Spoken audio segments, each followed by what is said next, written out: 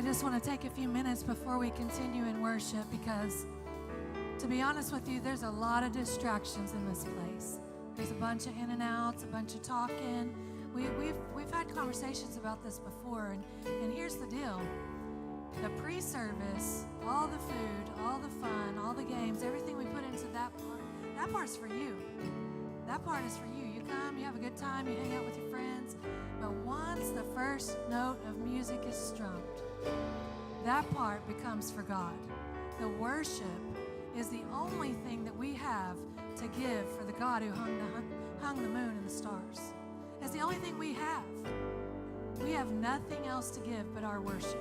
So when we use His time to distract and back and forth and jack around and stuff, that's disrespectful.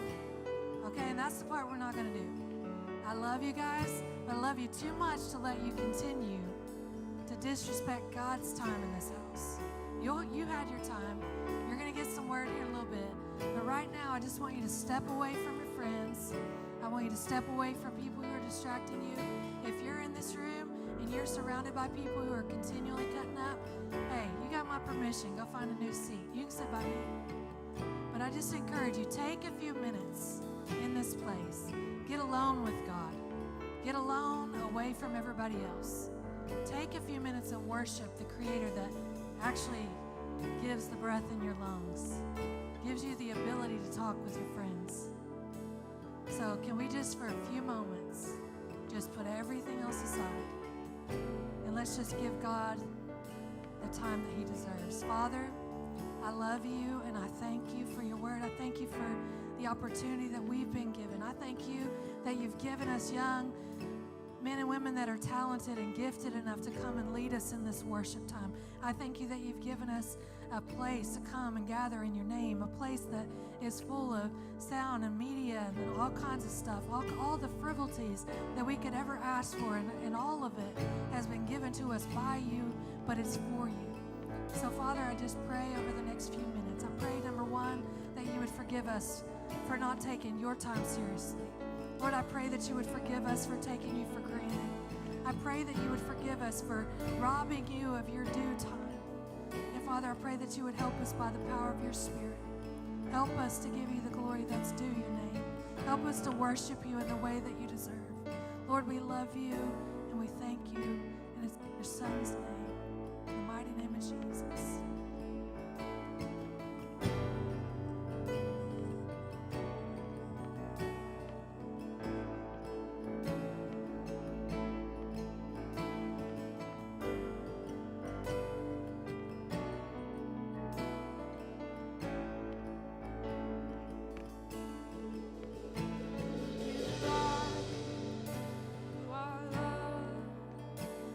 Rely to the dark.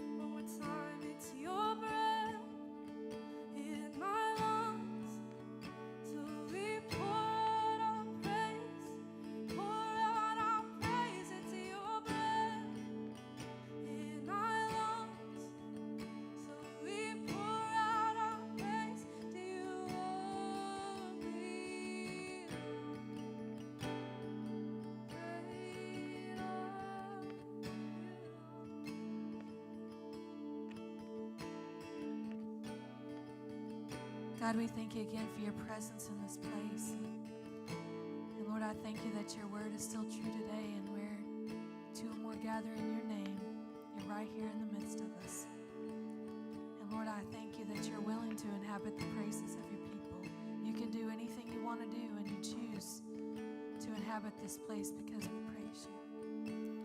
Lord, I pray over the next few minutes that you would guard the hearts and the minds of the people in this room. Lord, that you would bind every distraction. Lord, that you would cancel every assignment that the enemy has, Lord, because I know that there's a destiny in this room that you have intended to alter.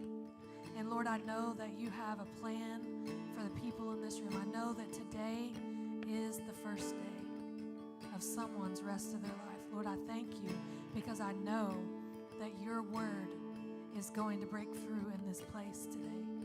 So Lord, I pray that you would come against everything that would hinder it, everything that would set itself up against what you want to do.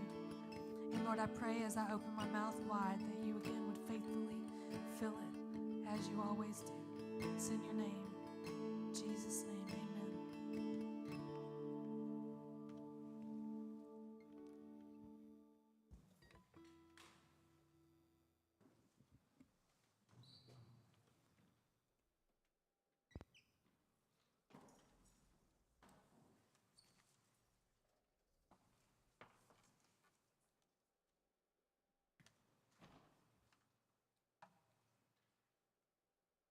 I appreciate you guys.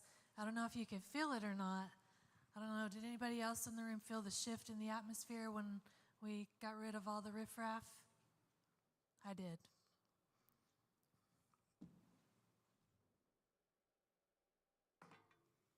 All right. You guys had a good first couple weeks of school? Ish, kind of.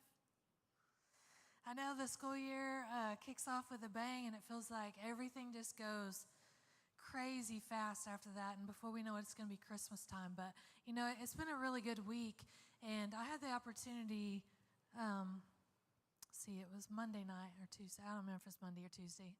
Whatever night it was, I had the opportunity to go to several of the schools here in the community. And it was just us and several of the other pastors in this town, and we just gathered, and we were given the opportunity, which never happens. You guys got to understand, since separation church and state, it never happens that the schools call and ask that the pastors come to their school campuses and walk the halls and lay hands on lockers and be given the opportunity to pray. Did you know that every school site in this town on Monday night opened their doors? Every principal, several administrators, they met us there, and they opened the doors for us to come and walk the halls of Tecumseh High School and walk the halls of TECC and Crouch and it's not Crouch anymore, but whatever it is, the STEM Center. And we were able to pray over every single classroom, over every single locker, over every single teacher, administrator, school nurse, custodian. We were given that opportunity. Can I tell you that never happens in a community at all, but it happened right here in our hometown. And if that doesn't tell you that God's got plans and purposes for Tecumseh, then nothing will. I can tell you that I've been serving in youth ministry now for 20 years in this town. And I've been at the schools many times to pray. I've been outside the campus. In fact, our church as a whole, we typically meet at the schools and we walk the campuses and we walk the perimeters and cover the football fields and everything else on the outside. But in 20 years, I've never actually been invited in and actually asked to come and pray. Why do you think it is that the administrators in the city would do something that drastic? Anybody have any ideas? Sean, it's got to be pretty bad. They got to be seeing something pretty intense for the administrators to call on the pastors to come and pray after all these years of separation at church and state. So I don't know what you guys go through on a daily. I don't know what goes on in I know what went on when I was in school, and it wasn't good then, so I can only imagine the things that you guys face, but I just have to believe that there's been a level up in the intensity of the things going on in the school. And so I'm just proud to say that you live in a town where it's important to your school, to your administration in the city, and they know where to turn when things go south. They may not have given every day to him before that day, but they know where to turn when things go south. And that should tell you something, right? So this week we're going to be in the book of Genesis, chapter 37. And I'm going to read, I haven't decided how much of this I'm going to read because there's a whole lot to this story. It takes up several chapters all the way basically to the end of this book in the Bible. And so I'm not going to read all of that to you, but I do think that God has something that he wants to share tonight. So Genesis chapter 37. Now, Jacob dwelt in the land where his father was a stranger in the land of Canaan. And this is the history of Jacob. Joseph, being 17 years old, was feeding the flock with his brothers, and the lad was with the sons of Bilhah, the sons of Zilpah, his father's wives, and Joseph brought a bad report of them to his father. Now Israel loved Joseph more than all his children, because he was the son of his old age, and he made him a tunic of many colors. But when his brothers saw that their father loved him more than all the other brothers, they hated him and couldn't speak peaceably to him. Now Joseph had a dream, and he told it to his brothers, and they hated him even more. And so he said to him, "Please hear this dream for which I've dreamed. There we were, binding sheaves in the field. Then behold, my sheaf arose and also stood upright, and indeed your sheaves stood all around and bowed down to my sheaf." All right, so let me just tell you, a sheaf is like a big binding of wheat or whatever, like it's a big bundle. So anyway, and his brothers said to him, "Shall you indeed reign over us, or shall you have dominion over us?" So they hated him even more for his dreams and for his words. And then he dreamed another dream, and he told this one to his brothers and said, "Look, I've dreamed another dream, and this time the sun, the moon, the 11 stars bowed down to me." And so he told it to his father and his brothers, and his fathers rebuked him and said to him, "What is this dream that you have dreamed? Shall your mother and I and your brothers indeed come to bow down to the earth before you?" And his brothers envied him, but his father kept the matter in mind. Then his brothers went to feed their father's flock in Shechem. And Israel said to Joseph, "Are not your brothers feeding the flock in Shechem? Come, and I will send you to them." So he said to him, "Here I am." And then he said to him, "Please go and see if it's well with your brothers and with the flocks. Bring back word to me." So he sent him out into the valley of Hebron, and he went to Shechem. Now a certain man found him, and there he was wandering in the field. And the man asked him, saying, "What are you seeking?" So he said, "I'm seeking my brothers. Tell me where they're feeding their flocks." All right, I'm going to skip ahead because there's a whole lot going on here. Now, when they saw him afar off, even before they came near him, they got together against him to kill him. And they said to one another, "Look, this dreamer's coming. Come, therefore, let us now kill him, cast him into some pit, and we shall say some wild beast have devoured him, and we'll see what will become of his dreams." But when Reuben heard it, he delivered him out of their hands, and he said, Let's don't kill him." And Reuben said to them, "Shed no blood, but cast him into this pit which is in the wilderness, but don't lay a hand on him, that he might deliver him out of their hands and bring him back to his father." And so it came to pass, when Joseph came, I lost my place. I don't know. Anyway, doesn't matter. So long story short, here we've got this situation. We've got this young brother, youngest of all the other brothers, and obviously the Bible's pretty clear about how his father feels about him. He's given him favor over the other brothers, and the truth of the matter is Joseph was born in Jacob's old age, but he's also born to Jacob's wife, and so he took an attachment to him early on, started showing him favors, giving him special treatment. Plus, he's the baby of the family. Any babies in the family? Youngest? Tyler. Yeah, I'm the oldest, so this doesn't apply to me, but typically in any kind of family, when there is a baby, it's just hard not to, because I have five boys. It's hard not to, when they're little, baby the baby. Okay, so you've got that. Joseph's in the situation at the time, and here he is getting babied, getting favored, and his father has given him this coat. Now, to make matters worse, Joseph is also a dreamer. He's been given the gift of dreams and interpretation of dreams at a very young age. And to be honest, he doesn't know what to do with that dream. And so he's in the situation where he's had this dream, and it's a spiritual dream. And he recognizes this as a spiritual dream. And so he's excited when he wakes up to tell the dream, because in the dream, it's pretty clear that he, at the end of the day, is going to be a leader of some sort. He's going to be a leader and a ruler over at least his brothers and even his father and his mother. And so he shares the dream, and it's a dream that's in, what's the word I'm trying to think? I can't think straight. Anyway, it's a dream that's given in pictures. And so he's got this picture of what it's going to look like with these sheaves and all this stuff bowing down and all these years that are coming. And so Joseph, he only knows enough to be dangerous, but he shares the dream with his brothers. And obviously, no brother is going to like the fact that your younger brothers had this dream, and at the end of the day, he's going to rule over... sorry, guys, it's pretty loud out there. Anyway, the situation with the dream is that he's going to be in charge. And the older brothers don't like it. They already don't like the fact that he's being favored.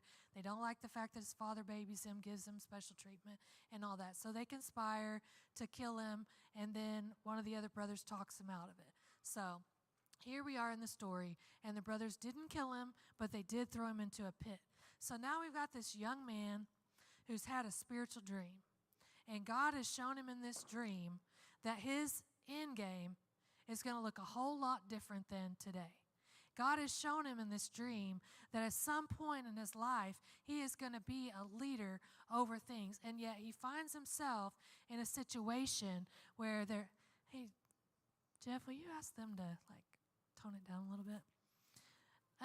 Anyway, so you find him in the situation where he's in a pit, and his brothers just thrown him there, and they're trying to conspire against him to have him killed, but he's had this dream, and God has spoken to him through the dream. Now, back in those days, God spoke in dreams all the time.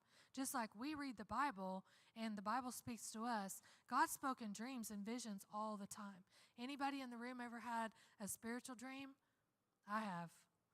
And when God speaks through a spiritual dream, I'm going to tell you the truth, you will not be able to wake up and forget it. It's not just any regular old dream. I don't dream. I don't have regular dreams where I'm being chased or wake up naked in a crowd or I'm speaking, doing public speaking, and I don't have dreams. I never dream. But the very few times that I have dreamed have been spiritual dreams. And when they are like that, I wake up and immediately I know that it's a different kind of dream. It's a dream that's from God. It's spiritual in nature, and there's a meaning and a purpose behind it all, even though it won't make sense to me at the time. So a lot of times God speaks in these pictures, like the sheaves and the bowing down and all this stuff. And so God's speaking in these pictures to him, and through this message in the dream, Joseph knows. He just knows that something about his life is going to look different at the end of the day. He knows he's called to lead. He knows he's going to come to a place where at the end of the day, his brothers and his father are going to look to him for answers. He doesn't know how, and he doesn't know when. But also, he's in the other place where he's in a literal pit, like literally stuck in a pit. And so it's kind of one of those things where you wake up and you've got all these plans and you know what you're supposed to do, and you set out to go take care of business and whatever it is. Anybody wake up with dreams and visions for your life? My boys, from the youngest, my oldest son, from the youngest of age, I can't even tell you the first time I heard it, but I guarantee you it was probably 5 or 6 years old. He told us from as young as I can remember that he was going to play college football. He told me from as young as I could remember, as soon as he started wrestling, almost day one, he was going to go wrestle, be a state champion. Logan, you guys know Logan, from as long as I can remember, young, little bitty old thing, before he was even old enough to play in football, he always told me he was going to go play college ball. As soon as he got old enough and we moved to Shawnee High School, or Shawnee, the staff here at Tecumseh, the coaches and stuff, they told Logan, don't move over to that big school. That's a 6A school. You're never going to touch the field. Am I right, Tyler? Am I telling you the truth? They tell him, you're never going to touch the field. You're never going to be able to play with those big boys over there in 6A. And Logan came home that same day when he transferred schools, and he said, I don't care what they say, Mom. You mark my words, I will. I will play both ways. I will start as a freshman. Tyler, what happened to Logan his freshman year? He started both ways, played all the way through school. It's just he knew. It wasn't that he had some mega talent. It wasn't anything like, but God had already showed him something about his life.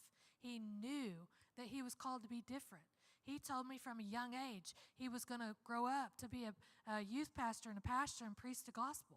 He told me from as long as I can remember, because he knew from a young age that he was different, that something about him was different. And he would tell all of us this. And you know, when your kids come to you and they tell you stuff, just like if you guys come and share your dreams with me, I'm going to encourage you. I'm going to tell you, give you some tips and pointers or whatever, and I'm going to send you on your way. You know what? There's kids all the time that say, I'm going to play for the NFL. I'm going to wrestle in college. I'm going to get a college scholarship, all these things. And, you know, it's less than 1% that actually do, right? And so there's that certain level of maybe it will, maybe it won't. But when you know that God has spoken something to you, and that's where Joseph is in the story. Joseph has had an encounter with God that he can't explain through a dream. And the only thing he knows is to share the dream with other people. And you know what happens? They take advantage of that situation. And they don't like it. They're jealous. Whatever their reasons were, it doesn't even matter. They are not in support of anything. And so he ends up in this pit. Do you know what it's like when God has told you something about your life? When God has changed you? Skylie, where'd she go? Well, she left. I don't know. She was here a minute ago. Skylie was here a year ago in October. She was on this campus for the very first time a year ago in October over here at the Trunk Fest. And at that night, she had no idea that her life was about to change. She had no clue that a year ago in October, everything about her life was going to change. She was here. She met some people. We loved on her. We loved on her friend that was with her. We loved on her friend's mom that was with her. We had no idea that things in all of their lives were going to change just a week later when one of her closest friends committed suicide. No clue. But Skylie came back to this church after that happened. And God started speaking to Skylie's heart in this place. And she didn't know what he was trying to say to her. She didn't know why she was here. She would show up week after week, and sometimes she would cry, sometimes she would be okay, sometimes she would just be numb. And she always would say, I don't know why I'm here. I don't know why, but I just feel at peace here.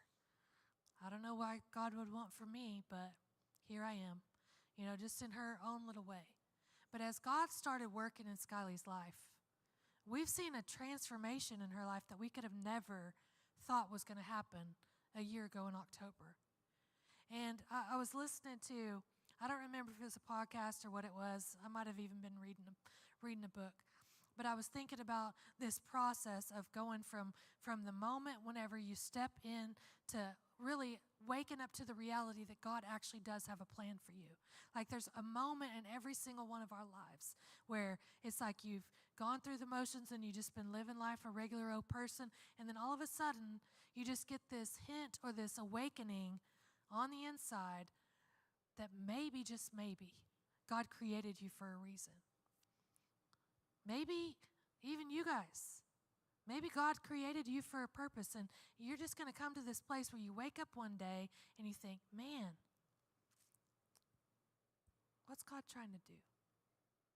And it's like your brain wakes up, but nothing changes. That's where Joseph is. He's awakened to the fact that God has a plan, but his reality is completely different from what's happening. And it's kind of like what happens when a caterpillar goes into the process of becoming a butterfly. Now, I've talked about this before a long time ago, several years back, but here recently, I was listening to a podcast or reading a book or something, and they were talking about this back and forth process between as people mature and grow in their faith and stuff. And one of the people just said something so silly, I had to go and look it up because I didn't know what they were talking about. And he was like, you know what? It's all good. It's all in the soup. It's all in the soup. And I was like, what is he talking about? And what I realized was I went back and I did some research. You see, when a caterpillar is born, it starts out as a larva, right? It's just a weird-looking thing. It's just like a little clear, almost iridescent, totally see-through little larva. And then it grows, and its only job as a larva, its only thought process is to feed, eat, sleep. Eat, sleep, eat, sleep. That's what it does day and night, literally 24/7. The caterpillar's job is eat and sleep, eat and sleep. But then this caterpillar, some of them are ugly, some of them are green, some of them are fat, skinny, some of them are hairy, some of them have spokey, piney things all over them. All of them are different. But every single one of those caterpillars is going to come to a crossroads in its life. And in this crossroads, it has to make a decision because this caterpillar, if it stays the way it is, inevitably, the caterpillar will die. It has no future. Literally, the caterpillar cannot live like it is forever. It comes to a place where it has to either die or die. That's it. Those are the two choices. It can die or it can die. It can die one way, literally, where it dies completely, or it can die to the way its life has always been. It can die to what it looks like on the outside. It can die to its plans and purposes. It can die to what it thought it was created to be. It can die to itself and step into a process of transformation. And it's in this process of transformation that we find this caterpillar transforms itself. It literally, its own body turns inside out, basically, in a very elementary way to describe it. Turns inside out and forms this hard shell called a chrysalis. And inside this hard shell of a chrysalis, it's kind of like a pit, right? In this hard shell of a chrysalis, on the inside of that thing, the caterpillar literally starts to decay and break down its skin. It lets go of its outside skin. It literally turns into soup. Just literal, juicy soup. If you've ever taken a chrysalis and broken it open before it was ready, on the inside is just liquid, goo, and soup. The problem is the caterpillar has to go through this process. Now, it's not fun. Has to step away. Has to be in this chrysalis thing by itself. Some of them up to 21 days. Some of them it's even longer than that, depending on the time of year and the type of caterpillar. But at the end of the day, it's what happens in the soup is what determines what the caterpillar becomes at the end of the day. And that's where you and I are. Just like Joseph. Joseph starts out a young man about your age. He's got dreams. He's got vision. God has woken him up to the reality that he has a plan for his life. And that's kind of where he stops because he's only a kid. I mean, what did the Bible say? He was 17? 17-year-old kid, been given this dream, given this purpose for their life, and also he's thrown into a pit for it. And so here he is where his life looks nothing like he thinks it should at this point, right? I mean, if you wake up and God has shown you you're going to be a leader someday and your brothers are going to bow down to you and you're basically going to be in control of all of these things and everybody is going to look to you for answers and you're in a pit, that don't match. That don't match at all. And you can imagine Joseph's situation. You can imagine how frustrating and how disheartening it would be, how doubtful he must have felt being in this pit, thinking God had told him something was going to be different, only to find out that as far as today, it's even worse than it was yesterday. And that's what happens for us sometimes. We give our lives to God, and we accept, and we hear the messages. Like, we're all saying the same thing. It don't matter who preaches. We all have the same message. God has a plan for your life, and it's not for you to live bound up in sin and destruction. God has a plan for your life, and it's a good plan.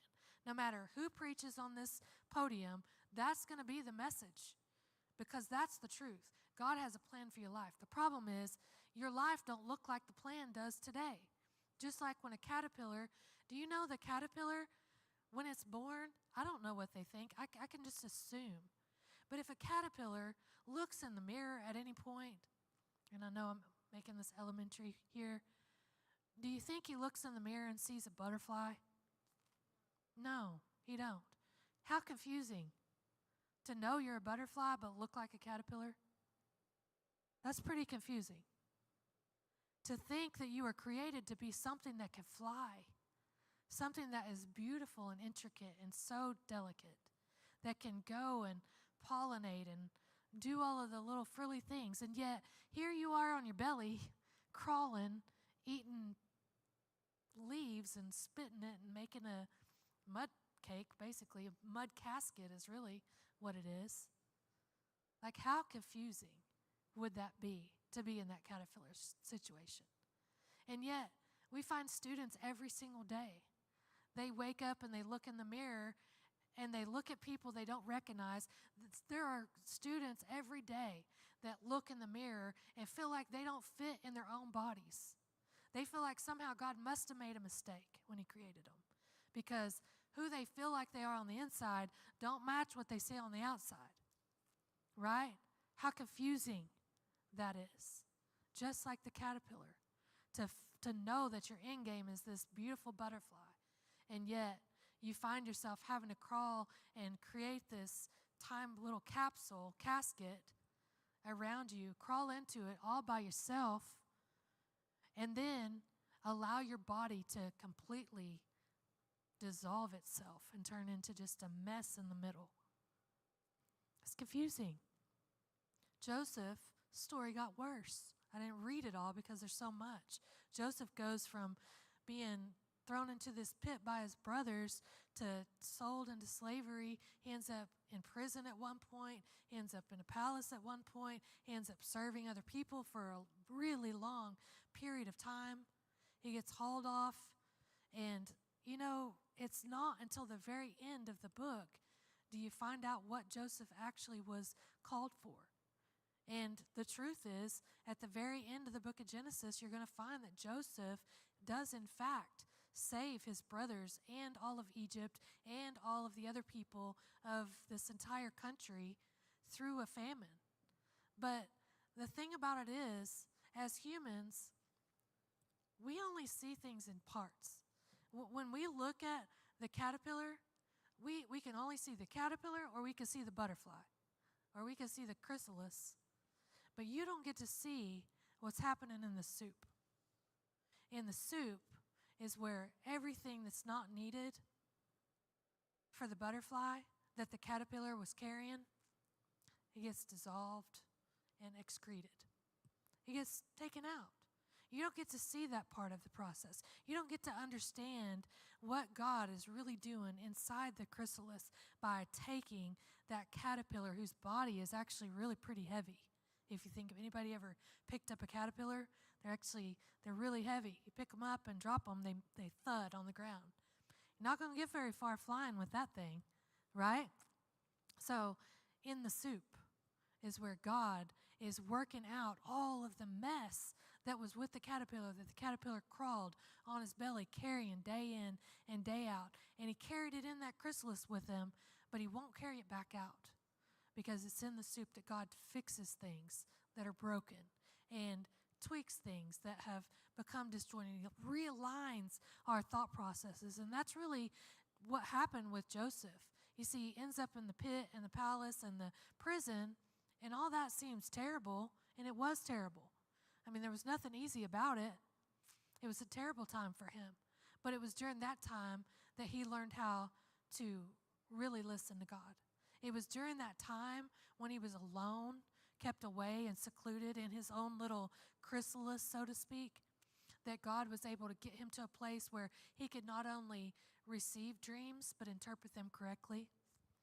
He would learn how in the pit and the palace and the prison, he would learn how to manage and steward things. He would learn how to make decisions that were hard. He would learn how to listen to people and learn how to move things around. He would learn how to say no to things that were going to trip him up later on. He would learn how to get himself out of bad situations during this time in the soup. He would have never learned any of that any other way without that messy part of the soup.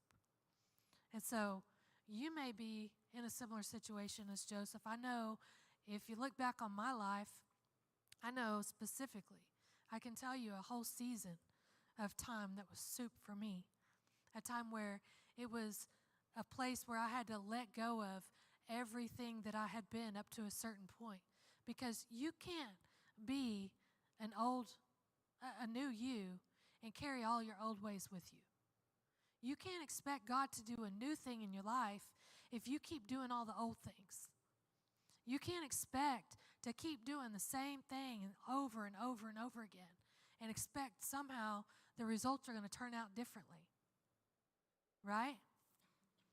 If you respond to trouble in your life, to loneliness in your life, to lust or whatever, fear, anxiety, if you respond to those things that you carry in your life the same way that you always have, you're not going to get somewhere new. You're going to end up in the same place you've always been. And that's just it. It's always about the choice. Remember the caterpillar? It's this whole crisis of faith thing. It's the point where we outgrow our elementary understanding of God, and we come to the place where we have an awakening that He actually is real, and He is calling us to live a different life. He does have a plan and a purpose for us.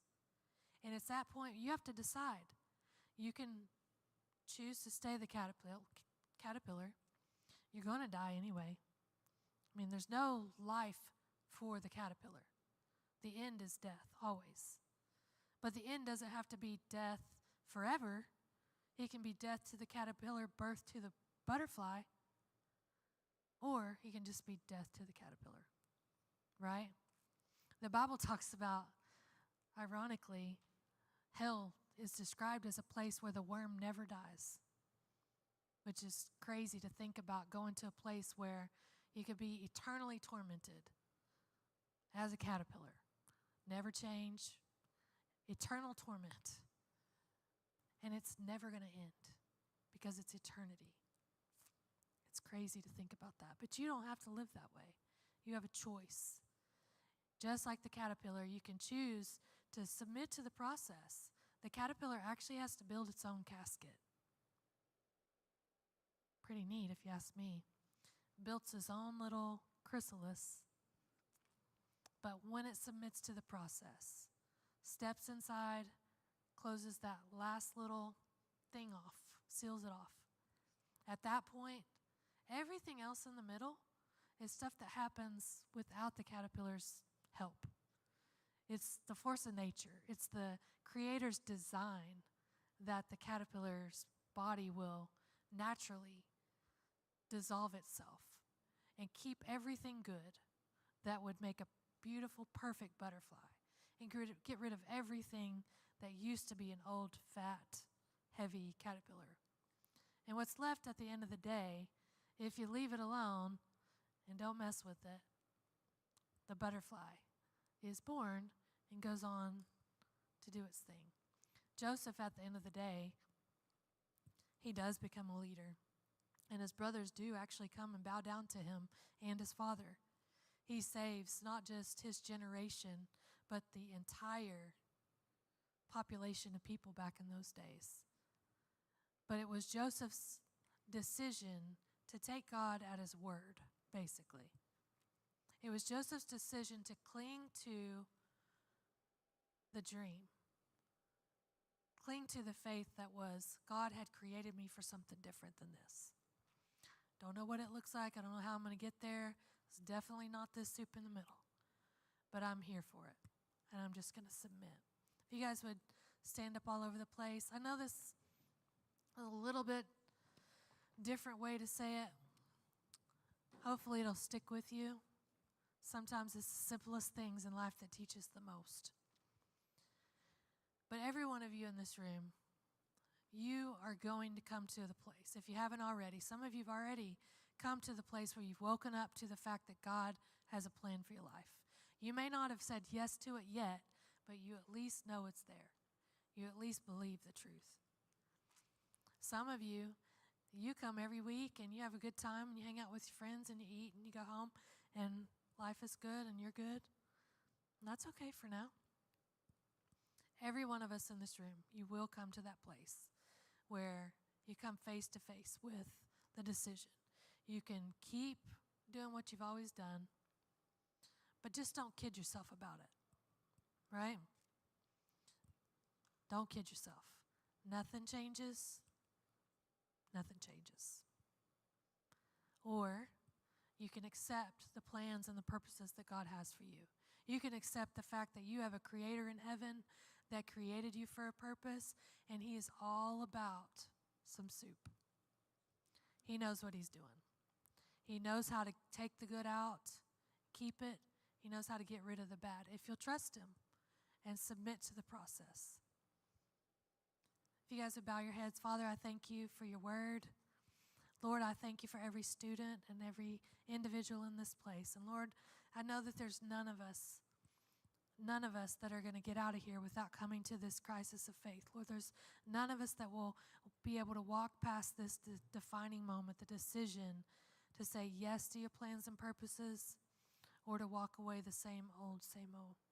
So, Father, I pray that you would give the students in this place boldness and courage to make the right choice, to say yes to your will, to your plans.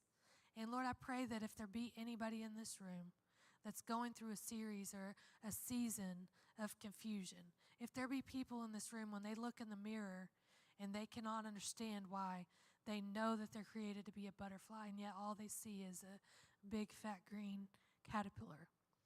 Lord, I pray that you would bind that confusion right now in Jesus' name. Lord, I pray that you would show them the process, that you would show them who they are in fact created to be.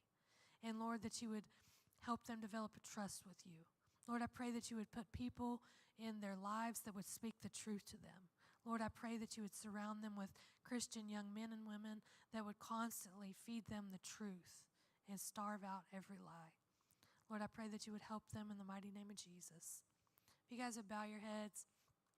I don't know what the altar needs to look like today. I do know I want to give you an opportunity. If you have not accepted Jesus as your Lord and your Savior, then you're not even in the story yet, you know? That's step one.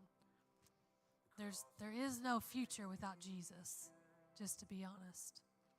So that's the first step. If you have not already accepted Jesus as your Lord and your Savior, then when these leaders come, I want to invite you to come and let's get that right tonight. But I also think in this room today, I know that there's people in this room and you're going through a season that don't look anything like you thought it would. You thought things were good, you thought things were going to be good, and they got worse. You thought you were on a good path forward, and things got worse. I know there's people in this room, and you don't even know what you're supposed to be. If you're going through a season right now that's confusing to you, or you might be in some soup, I just want you to come and let's just pray. Let's just pray and ask God. Let's just take a few minutes.